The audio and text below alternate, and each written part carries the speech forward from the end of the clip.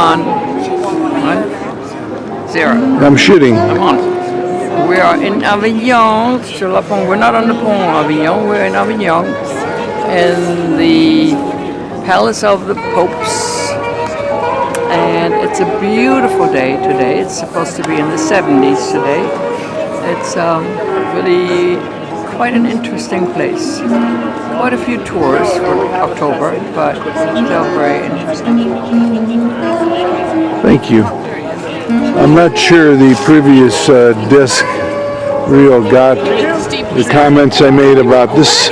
Is called the Pope's Palace, but it's actually a fortress where the Pope lived behind iron walls with many soldiers and warriors to protect him from the battles that were going on in Europe at that point. Avignon was part of Provence, which was a separate country from France. It's our group here. That's tough. It was completed, it was finished in 1353. Then they left in 1376. So that's not even, that's 25 years. And then they left, and then they didn't know they were going to come back. But, I guess when you're rich, this is not... This is one of many palaces, yeah. Came back, There's an American there. They're not here anymore. Sax player, he's got his boombox. So they came here 1309. They left 1376. And there's our guide, Olivier, all the way to keeping watch on us. This is one of these hop-on and hop-off 7 euros trains around the city of Avignon. And there are many crucifixions and virgins.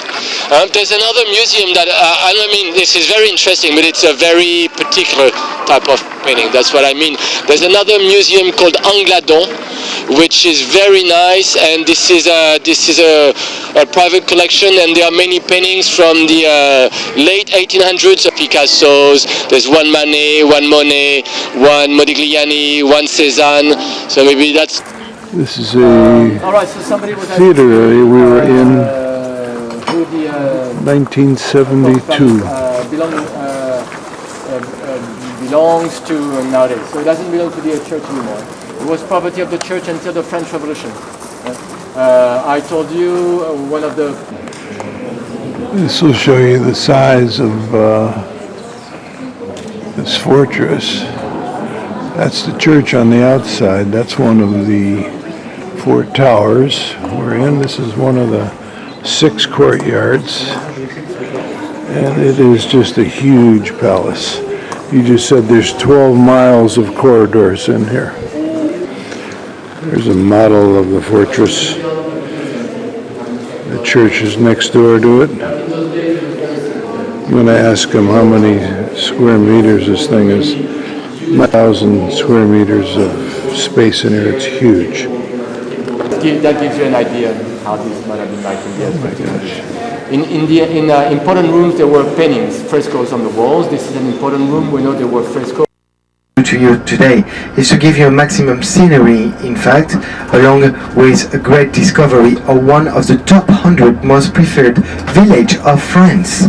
The village, the hilltop village, what should I say, a citadel of Les Baux. It's magnificent. On a day like today, it's going to be epic, literally. Okay? Now, town, cities, of course, all combined. So, we're gonna get off the beaten path and soon enter a little bit of a meandering road, but you have to go get it to get this kind of scenery. And we're taking you to Hell Valley. How about that? Or the Valley from Hell. Oh dear. How about that for an afternoon in Provence? And you will know what I mean as we get there. From there, we'll make sure we have the best panoramic view overlooking the stunning village of Les Baux. From there, we will in fact, on our way down, on our way to Les Baux, we will stop at this wonderful quarry of images that I told you about, the sound and light, okay? Light and sound, especially. And we'll take a look So, I was just telling you, so you know for your navigation, we're just turning around and we're going to go around the island to keep going north. But we need to reach out the other arm of the Rhône, which is, you know, strongly advised because if we will go upstream there, we will go into a waterfall. France. So, maybe here. And then we can go anywhere. That's it. Voila. With white wine. It's very good. Try that. If you haven't, Quai Royal is champagne. I can see you have your fish, of course, and then you have the Norman Hall, le Trou Normand. Do you know what that is? Le Trou Normand. The Trou Normand is in between the fish and the meat. In fact. Is it true that Napoleon planted these trees?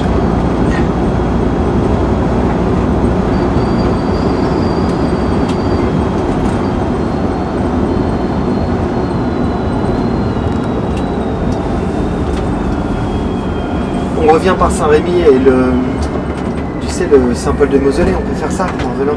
C'est ça. Comme ça, on peut venir. Saint-Rémy, Château-Renard. Oui, c'est ça.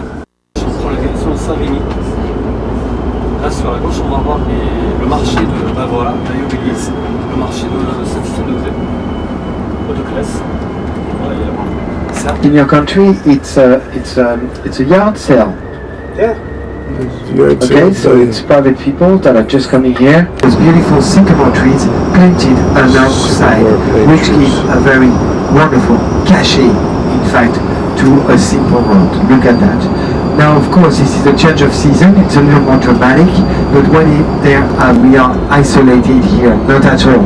In fact, this area is one of the most looked after area for secondary residences in France because you can hide out, because it's a little bit isolated, and then very wide forest came around, and then an ice age, and then another drop, and then Been going through hairpin turns for about the last and then another ice couple age. miles. Motorcycle heaven here.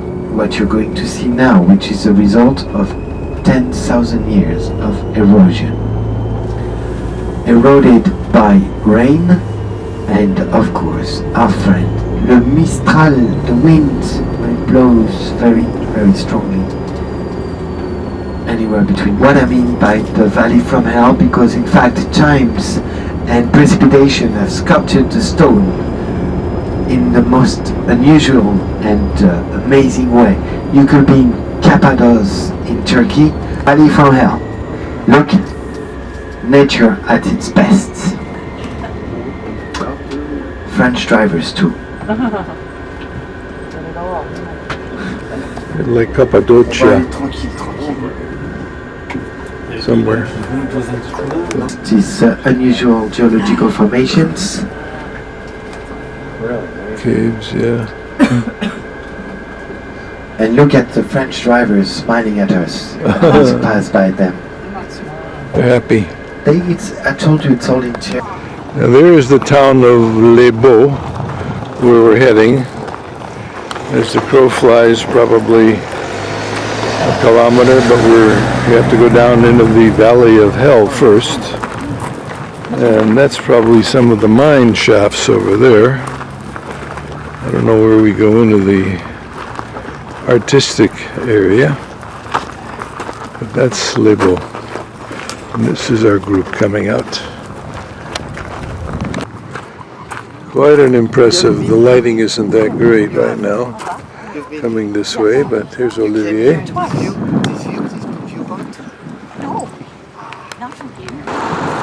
This guy from our group climbed up on this stone and gave Olivier a heart attack. He's a big guy.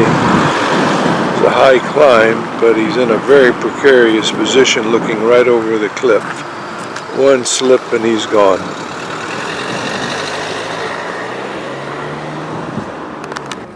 Here he comes down. Let's see what this guy does now.